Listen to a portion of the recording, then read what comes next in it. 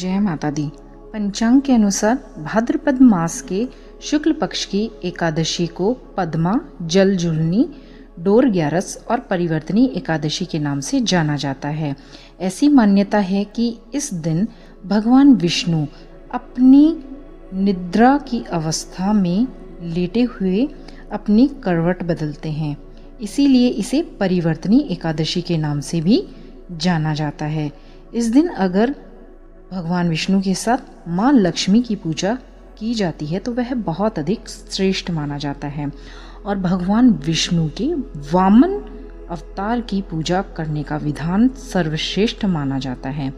कहते हैं कि भादो शुक्ल एकादशी का व्रत करने से कोई भी जातक जो भी इस व्रत को रखता है उसे भगवान विष्णु की विशेष कृपा प्राप्त होती है।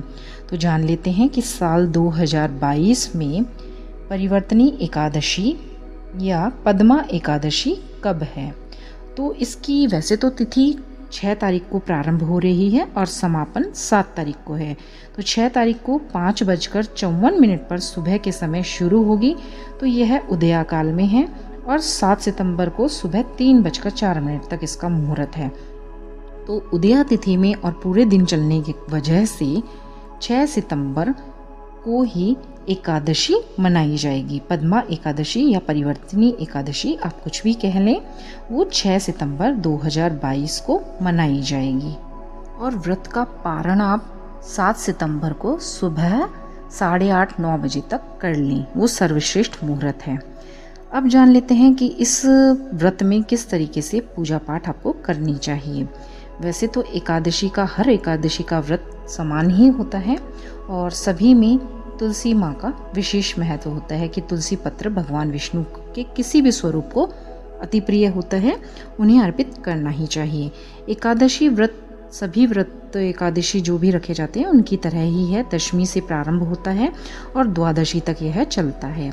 तो दशमी के दिन आपको जिस तरीके से और व्रतों में आप सात्विक भोजन लेते हैं वैसे ही आपको सात्विक भोजन लेना है। एकादशी के दिन 6 तारीख को आपको प्रातःकाल स्नान के बाद व्रत का संकल्प लेना है। भगवान विष्णु जी के वामन अवतार की पूजा पाठ करनी है।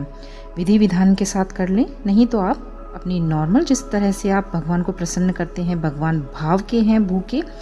मैं हर बार कहती हूँ कि भगवान को सिर्फ आपके भावों से मतलब होता है। जो भी हम सामग्री भगवान को अर्पित करते हैं वो भगवान के द्वारा ही हमें दी हुई होती हैं। तो इसमें कोई संशय नहीं है कि हम उन्हें अर्पित करें या नहीं करें, वो तो सब उन्हीं का है। सिर्फ हमारे भाव हैं जो हम भगवान को दे सकते हैं। बस उनको शुद्ध रखिए, उनको पवित्र रखिए और दिल से आपके भाव आने चाहिए, भगवान वही देखते हैं। पूजा में सबसे पहले भगवान विष्णु को पंचामृत से स्नान कराएं। पंचामृत में दूध, कच्चा दूध, दही, घी, शक्कर, शहद, इस तरीके से आप स्नान करवाएं। और पूजा में पंचामृत से स्नान कराने के बाद उनको चंदन का तिलक लगाएं। फिर उन्हें पीले फल, फूल, तुलसी दल अर्पित करें। धूप दीप से उनकी आरती करें। कथा करें। एकादशी की जो कथा होती है, भगवान की कथा पढ़ें। भगवान जी के अगर मंत्र आपको आते हैं तो मंत्रों का जाप करें, आरती करें। और इस दिन आप सबसे पहले तो गणेश जी की पूजा तो आपको हर व्रत में करनी ही होती है। गणेश जी की आप पूजा पाठ कर लें, थोड़ी सी उनकी आरती कर लें, उनको भोग लगा दें, फिर ये सारा आपको करना है, क्योंकि प्रथम पूज्य गणेश जी को मनाना अत्यंत आवश्यक होता है। और वैसे भी अभी ये गणेश जी के ही दिन चल रहे हैं।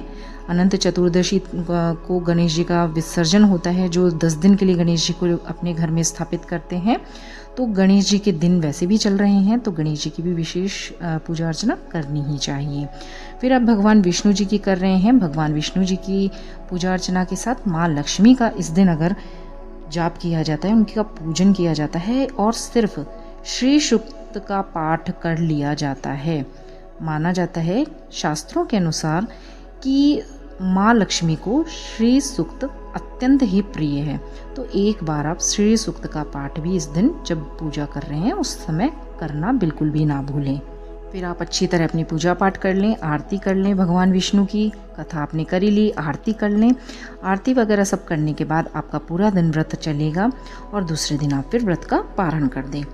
तो यह व्रत अगर जो भी कर रहा है तो व्रत में फलाहार भी कर सकते हैं, और जो व्रत फलाहार नहीं कर सकते हैं तो वो एक समय बिल्कुल साधारण सात्विक भोजन भी कर सकते हैं। लेकिन ध्यान रखें कि भोजन में चावलों का प्रयोग ना करें, क्योंकि एकादशी में, किसी भी एकादशी के दिन अगर आप व्रत नहीं भी रख रहे हैं तो चावल का प्रयोग नहीं करना चाहिए, क्योंकि शास्त्रों के अनुसार, पौराणिक कथाओं के अनुसार यह कहा जाता है कि जो भी व्यक्ति चावल एकादशी की, किसी भी एकादशी को, चाहे कृष्ण पक्ष की हो या शुक्ल पक्ष की एकादशी हो, उस दिन अगर चावल अपने घर में बनाता है, चावल बनाता नहीं है तो कहीं से खाना अगर ऑर्डर भी करते हैं, मंगवाते हैं, उसमें अगर चावल को खा लेते हैं तो चावल को खाना एकादशी के दिन कहा जाता है कि कीड़ों को खा लिया। तो ये बहुत ही दूषित होता है, सही नहीं होता है। चावल नहीं खाने चाहिए एकादशी के दिन, इस बात का विशेष ध्यान रखना चाहिए, किसी भी तरह से सेवन ना करें। मान्यता है कि इस व्रत में अगर कांसे के बर्तन में भोजन कर लिया जाता है तो वह भी बहुत ही गलत होता है। तो ध्यान रखें कि कांसे के बर्तन में भोजन नहीं करना चाहिए। आप स्टील के बर्तन में कर लें या बोरोसिल के, जो भी आपके पास है कर लें, लेकिन कांसे के बर्तन में भोजन बिल्कुल भी ना करें। इस बात का ध्यान विशेष रूप से रखना चाहिए। नहीं तो वैसे तो एकादशी का व्रत फलाहार करने की ही शास्त्रों में सलाह दी गई है, क्योंकि व्रत करने से, फलाहार का व्रत करने से मन सात्विक होता है, हमारा शरीर जो होता है वो भी शुद्ध होता है, मन, शरीर, आत्मा सभी शुद्ध होते हैं, और भगवान से हमारा जो तार है वो बिल्कुल जुड़ता है। तो फल ग्रहण करने का ही इस व्रत में वैसे तो विधान है, लेकिन नहीं कर सकते हैं, किसी तरह से कोई परेशानी है या तबीयत ठीक नहीं रहती है तो एक समय सात्विक भोजन करके, लेकिन उसमें चावल का प्रयोग नहीं करना है, तो भी व्रत को रखा जा सकता है।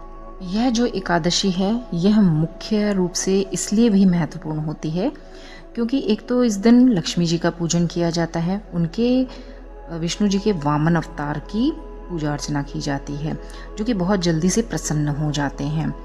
और भगवान इस दिन करवट बदलते हैं। जब जन्माष्टमी के दिन भगवान का जन्म माना जाता है तो कहा जाता है कि भगवान विष्णु जी जो चतुर्मास में सोते हैं तो वो करवट बदलते हैं, और भाद्रपद के महीने में ही भगवान श्री कृष्ण का, विष्णु जी का जो अवतार हैं, उनका जन्म भी हुआ होता है। तो वैसे भी ये वाली जो एकादशी होती है, परिवर्तनी पद्मा एकादशी, तो ये बहुत अधिक महत्वपूर्ण होती है।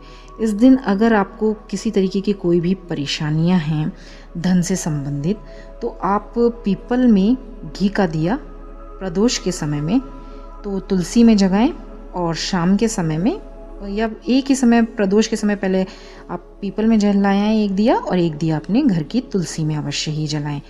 और भगवान विष्णु जी जो हैं उनको केसर का तिलक उस प्रदोष काल के समय में लगाना बिल्कुल भी ना भूलें।